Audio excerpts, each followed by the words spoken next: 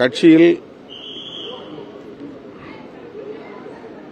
துணை பொதுச் செயலாளர்கள் 10 பேர் உள்ளனர். அதில் ஒருவர் ஆதவ் அர்ஜுனா அவர்கள். துணை பொதுச் செயலாளர் அளவிலான பொறுப்புகளில் இடம்பெறக்கூடியவர்கள். கட்சி கட்டுப்பாட்டை மீறுகிற போது, கட்சி நலன்களுக்கு ஊறு விளையும் வகையில் செயல்படுகிற போது தலைவர், பொதுச் செயலாளர் அடங்கிய உயர்நிலைக் குழுவில் விவாதித்து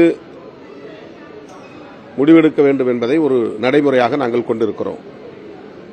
அதிலும் குறிப்பாக விடுதலை சிறுத்தைகள் கட்சியில் தலித் அல்லாதவர்கள் எந்த மட்டத்தில் பொறுப்பிலே இருந்தாலும், எந்த அடுக்கிலே பொறுப்பிலே இருந்தாலும், அவர்கள் மீது நடவடிக்கை என்று வருகிற போது தலைவர், பொதுச் செயலாளர்கள் உள்ளிட்ட உயர்நிலை குழுவின் கவனத்திற்கு சென்று அவர்கள் மீதான குற்றச்சாட்டுகள் எந்த அளவுக்கு முகாந்திரமானவை என்பதை உறுதிப்படுத்தி நடவடிக்கை எடுக்க வேண்டும் என்பதையும் ஒரு நடைமுறையாக கொண்டிருக்கிறோம்.